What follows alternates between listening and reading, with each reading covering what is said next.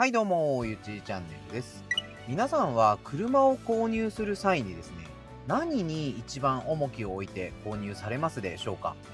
例えを挙げるとするなら、内外装の好み、装備内容、あと走行性能、車両価格とか、あとリセール、保証内容、ブランド、ネームバリューといった感じで、愛車を選ぶ価値観っていうのは、個人個人のね、価値観によっても大きく変わってくるのではないかと思います。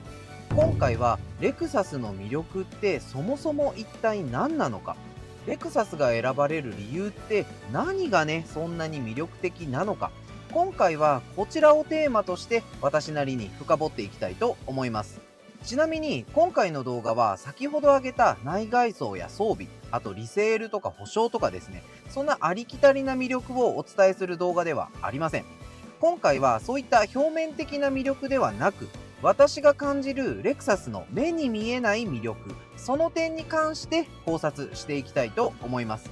今回の動画を見れば、どうして日本でレクサスが魅力的なブランドとなっているのか、その理由と傾向が見えてくると思いますので、ぜひ最後までお付き合いいただけると幸いです。逆に今回お伝えする内容にご自身が当てはまらないっていう方は、レクサス車購入には向いてないのかもしれませんので、そのあたりも確認しながらね、見ていただければなと思います。別に一般的に高級車と呼ばれるカーブランドは他にたくさんありますからね。特段レクサスだけにこだわる必要は全くないのかなと客観的に見たら思います。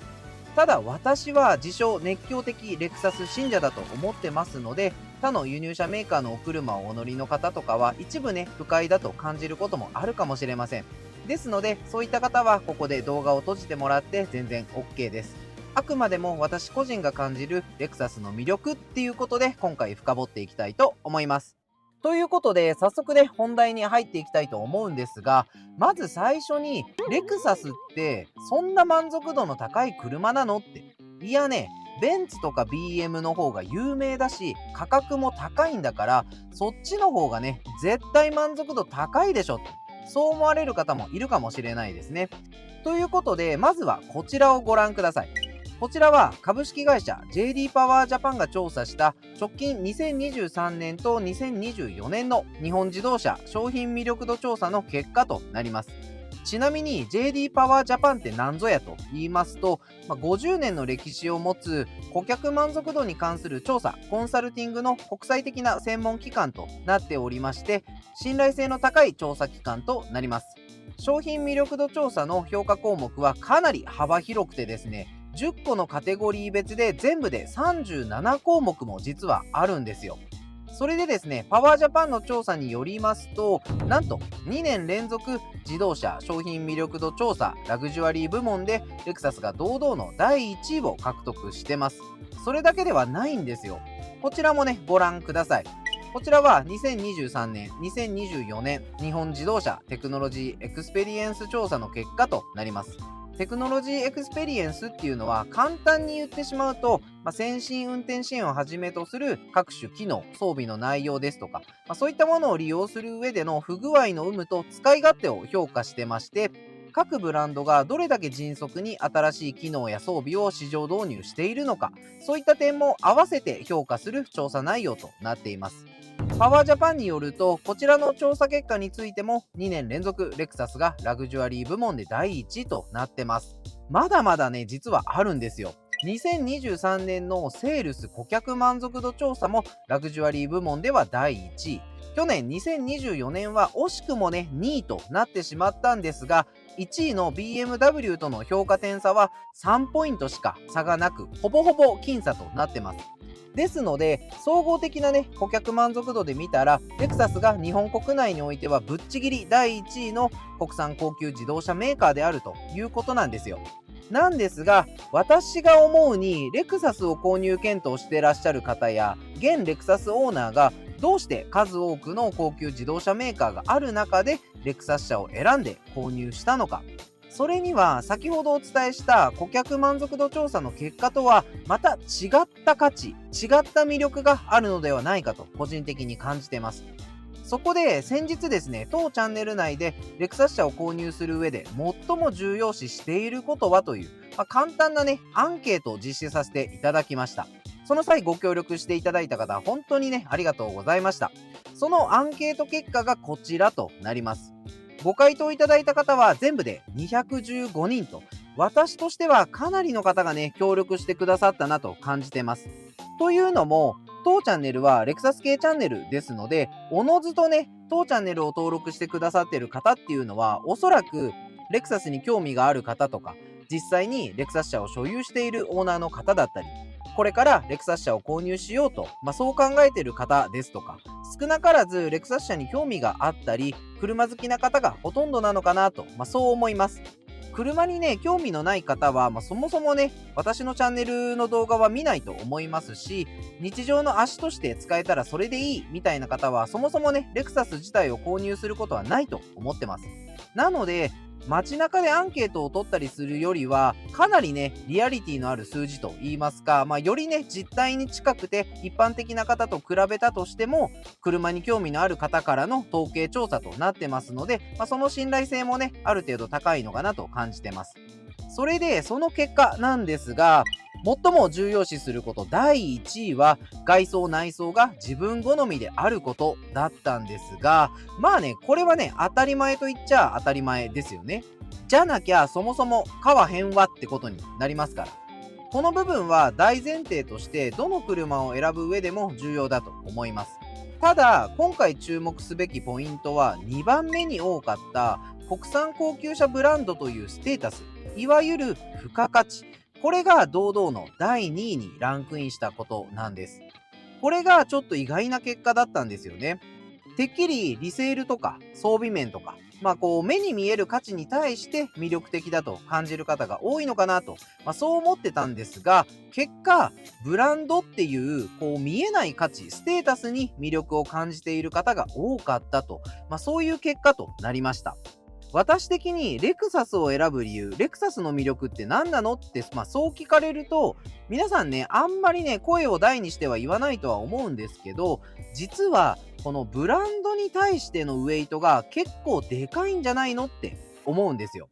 レクサスっていう、ブランドの持つイメージであったり、実際に購入体験をした方でないとわからない、目に見えない古来から日本文化が大事にしてきたおもてなしの本質、特別な体験ができる。そういったね、付加価値ですとか、レクサスっていうブランドイメージ自体が知らず知らずのうちに本人ですとか、他者に対して与えてしまう目には見えないプラスのイメージや影響。実際、こういったブランド自体が持つセルフイメージがレクサスを選ぶ大きな要因となっている気がするんですよね。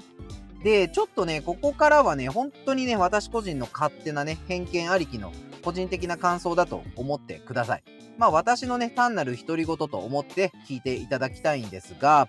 個人的にレクサスっていい意味でも悪い意味でも平均点よりちょい上を取るのが、非常にうまいメーカー、ブランドっていうんですかね。そうじゃないのかなと思うんですよね。日本におけるレクサスのブランドイメージって結構ね、周りからの評価良くないですか？皆さんどうです？変なイメージを持たれることってあんまないと思うんですよ。私自身もそうなんですが、心理学に損失回避の法則というものがあるのをご存知でしょうか？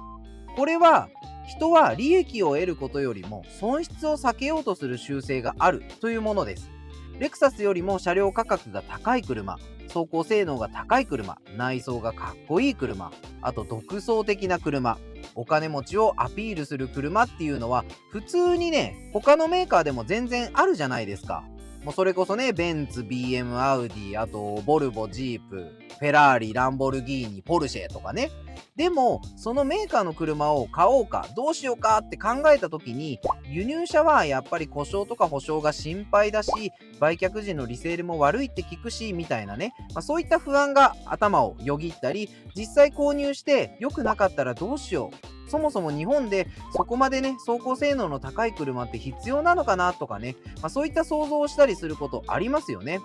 例えば輸入車ブランドのイメージで言えば、ベンツに対する世間のイメージって、お金持ちとか、あとすごい頑丈で丈夫な車とかね、あと内装がすごい豪華、あと一部怖い方が乗ってる的なね、そういったイメージ持つ方もいるかもしれませんし、BMW とかは駆け抜ける喜びっていうね、そういったキャッチフレーズのイメージもあって、走りにこだわってる、運転が楽しい車とかですね、そのブランド各種によって世間が持つブランドイメージっていうのには違いが見られると思います。もちろんね、イメージ自体は人によって様々かと思うんですが、一般的に日本の車だけで見たら、世間が思い描くレクサスのブランドイメージって、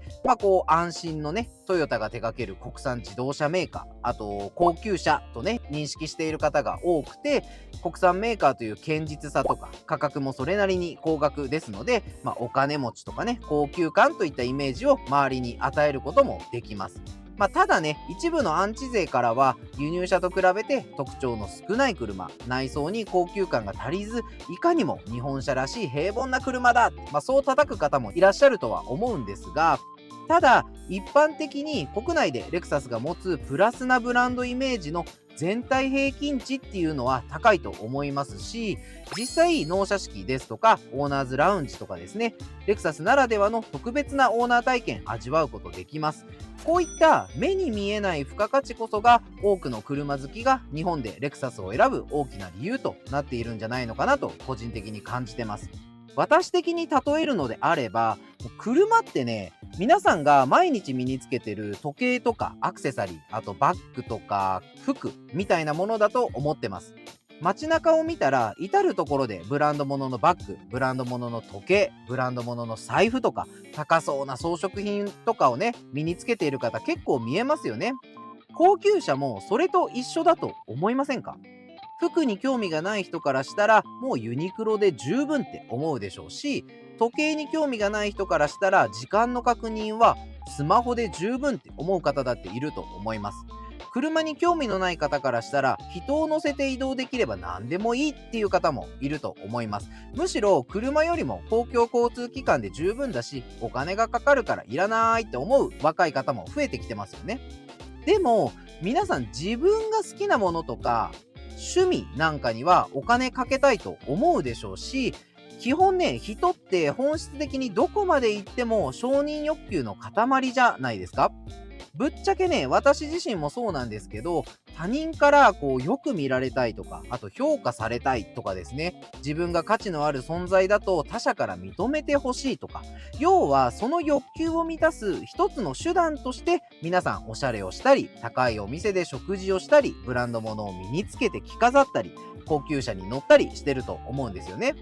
なので、レクサス車を所有するっていう、そのブランドとしての付加価値とか、そのブランドが与えるイメージ、レクサスっていうブランド自体が周りに与えるプラスな影響なんかも購入者の中では重要な判断材料になっているんだなと思いますし、購入者のステータス自身も引き上げてくれるというか、そういった付加価値があるんだろうと、そう思って選んでいるのも少なからずあるのかなと感じてます。もちろんレクサスのおもてなしや特別な体験といった価値も含んだ上で選んでいるということも少なからずあるのかと思うんです。ということで、今回はレクサスの魅力、レクサスを選ぶ理由とはというね、壮大なテーマで私なりに今回考察してみたんですが、いかがだったでしょうか。結論ですね、レクサスが持つブランドとしての付加価値、実際のところこれが皆さん決してね、声を大にしては言わない、隠れた胸の内に秘めたレクサスを選ぶ大きな魅力の一つではないかと私自身感じております。なんなら私だけはレクサスオーナーであることを誇りに思って日々 NX に乗っております。長くなってしまいましたが、最後までご視聴いただきありがとうございます。当チャンネルはレクサス好きが運営するレクサスファンチャンネルとなっております。レクサス好きの方はぜひチャンネル登録といいねで今後も応援よろしくお願いいたします。それではまた次回の動画でお会いしましょう。またねー。